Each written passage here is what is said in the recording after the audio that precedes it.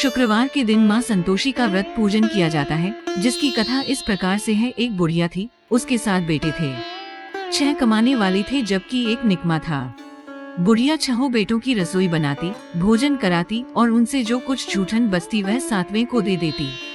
एक दिन वह पत्नी से बोला, देखो मेरी माँ को मुझ पर कितना प्रेम है। वह बोली, क्यों नहीं, सबका जूठा जो तुमको खिलाती है। वे बोला, ऐसा नहीं हो सकता है, मैं जब तक आंखों से न देख लूं मान नहीं सकता।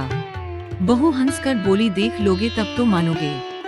कुछ दिन बाद त्योहार आया। घर में 7 प्रकार के भोजन और चूरमे के लड्डू बने। वह जांचने को सिर दुखने का बहाना कर पतला वस्त्र सिर पर ओढ़े रसोई घर में सो गया। वह कपड़े में से सब देखता रहा। 6 भाई भोजन करने आए। उसने देखा माँ ने उनके लिए सुंदर आसन बिछा, नाना प्रकार की रसोई परोसी और आग्रह करके उन्हें जिमाया। वे देखता रहा।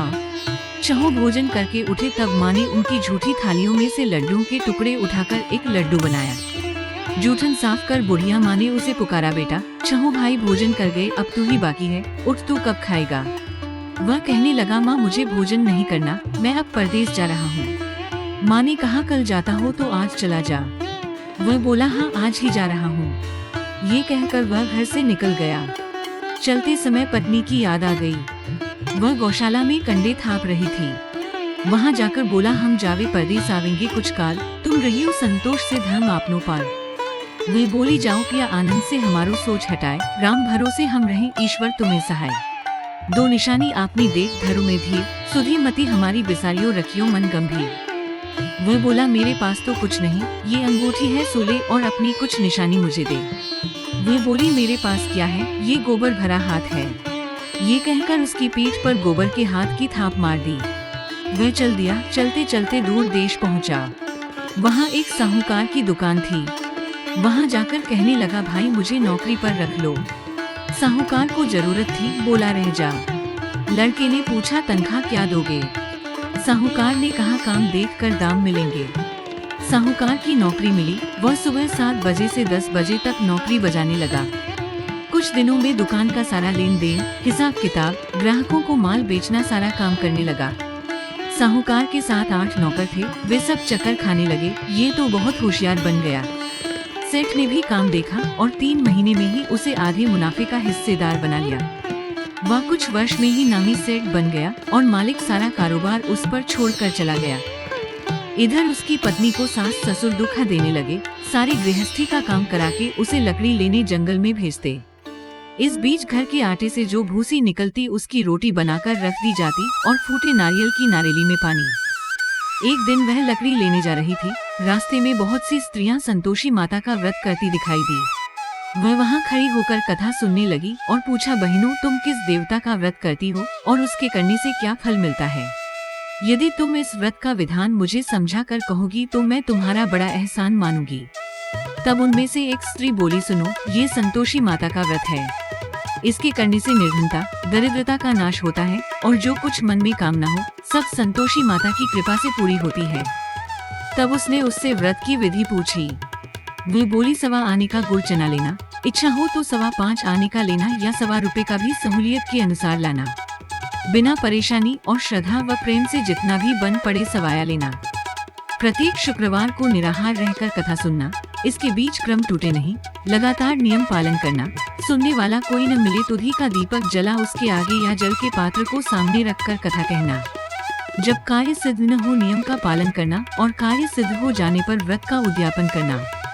3 मास में माता फल पूरा करती है। यदि किसी के ग्रह खोटे भी हों तो भी माता वर्ष भर में कार्य सिद्ध करती है। फल सिद्ध होने पर उद्यापन करना चाहिए, बीच में नहीं। उद्यापन में 2.5 सेर आटे का खाजा तथा इसी परिमाण से खीर तथा चने का साग करना। 8 लड़कों को भोजन कराना, जहाँ तक मिले देवर जेठ भाई बंधु के हों, न मिले तो रिश्तेदारों और पास पड़ोसियों को बुलाना। उन्हें भोजन करा यथाशक्ति दक्षिणा दे माता का नियम पूरा करना। उस दिन घर में खटाई न खाना। ये सुन बुढ़िया के लड़के की बहू चल दी। रास्ते में लकड़ी के बोझ को बेच दिया और उन पैसों से गुड़ चना ले माता के व्रत की तैयारी कर आगे चली और सामने मंदिर देखकर पूछने लगी, ये मंदिर किसका है। सब कहने लगे, संतोषी माता का मंदिर है। ये सुनकर माता के मंदिर में जाकर चरणों में लौटने लगी। दीन हो विनती करने लगी, माँ मैं निपट अज्ञानी हूँ, व्रत के कुछ भी नियम नहीं जानती, मैं दुखी हूँ। हे माता जगत जननी मेरा दुख दूर कर, मैं तेरी शरण में हूँ। माता को दया आई। एक शुक्रवार बीता कि दूसरे को उसके पति का पत्र आया और तीसरे शुक्रवार को उसका भेजा हुआ पैसा आ पहुँचा। ये देख जेठ जेठानी मुँह से कोड़ने लगे। लड़के ताने देने लगे, काकी के पास पत्र आने लगे, रुपया आने लगा, अब तो काकी की खातिर बढ़ेगी। बेचारी सरलता से कहती, भैया कागज आवे रुपया आवे, हम सब के लिए अच्छा है। ऐसा कहकर आंखों में आंसू भरकर संतोषी माता के मंदिर में आ मातेश्वरी के चरणों में गिरकर रोने लगी। माँ मैंने तुमसे पैसा कब मांगा है? मुझे पैसे से क्या काम है? मुझे तो अपने सुहाग से काम है। मैं तो अपने स्वामी के दर्शन मांगती हूँ। तब माता ने प्रसन्न होकर कहा, जा बेटी तेरा स्वामी आवेगा। ये सुनकर खुशी से बावली होकर घर में जा काम करने लगी। अब संतोषी माँ विचार करने लगी, इस भोली पुत्री को मैंने कह तो दिया कि तेरा पति आवेगा, लेकिन कैसे? वह तो इसे स्वप्न में भी याद नहीं करता। उसे याद दिलाने को मुझे ही जाना पड़ेगा। इस तरह माताजी उस बुढ़िया के बेटे के पास जा स्वप्न में प्रकट हो कहने लगी, साहूकार के बेटे सो रहा है या जागता है? वह कहने लगा, माता सोता भी नहीं जागता भी नहीं हूँ, कहो क्या आ गया है? माँ कहने लगी, तेरे घर बार कुछ है कि नहीं?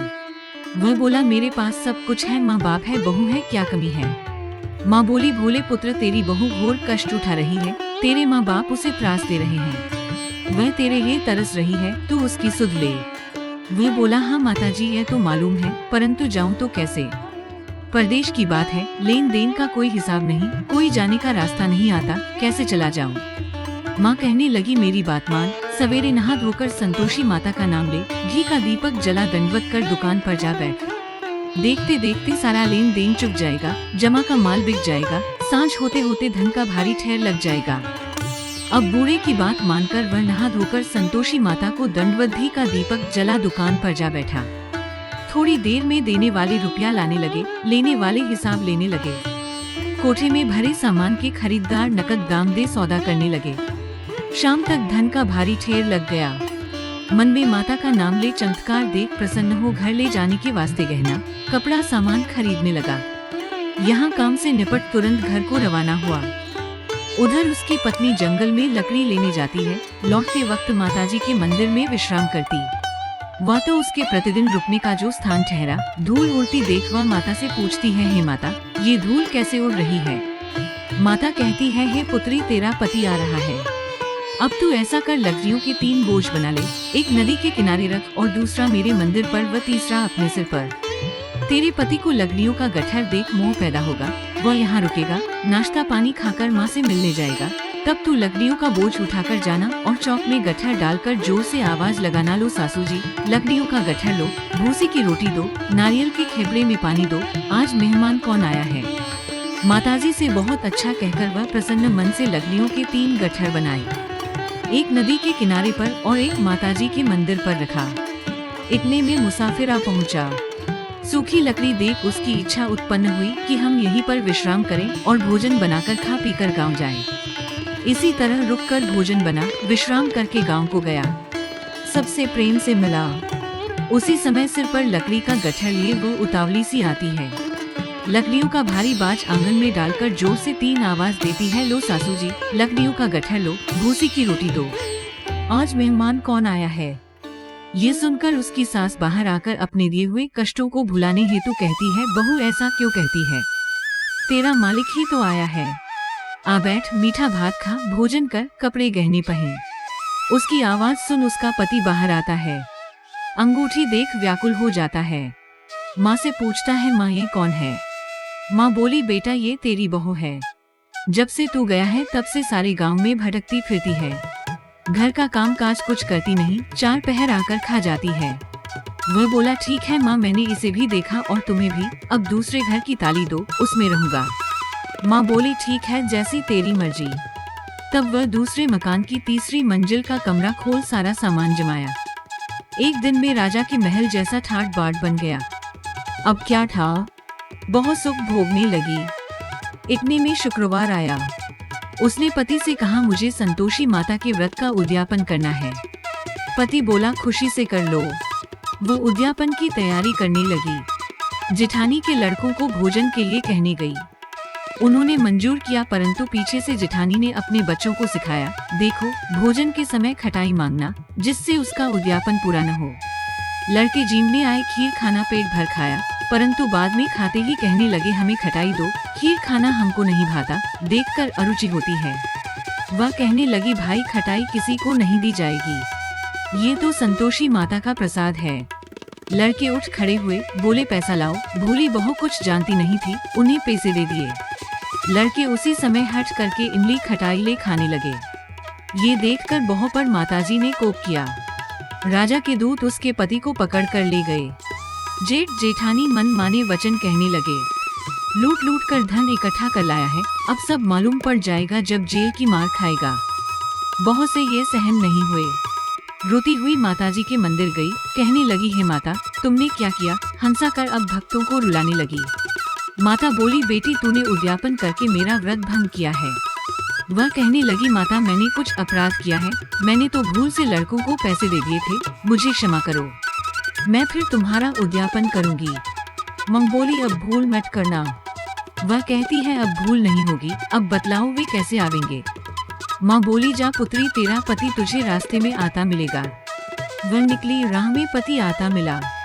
वह पूछी, कहाँ गए थे? वह कहने लगा, इतना धन जो कमाया है उसका टैक्स राजा ने मांगा था, वो भरने गया था। वह प्रसन्न हो बोली, भला हुआ, अब घर को चलो। कुछ दिन बाद फिर शुक्रवार आया। वह बोली, मुझे फिर माता का उद्यापन करना है। पति ने कहा, करो। बहू फिर जेठ के लड़कों को भोजन को कहने गई। जेठानी ने एक दो बातें सुनाई और सब लड़कों को सिखाने लगी, तुम सब लोग पहले ही खटाई मांगना। लड़के भोजन से पहले कहने लगे, हमें खीर नहीं खानी, हमारा जी बिगड़ता है, कुछ खटाई खाने को दो। वह बोली, खटाई किसी को नहीं मिलेगी, आना हो तो आओ। वह ब्राह्मण के लड़के लाकर भोजन कराने लगी, यथाशक्ति दक्षिणा की जगह एक एक फल उन्हें दिया।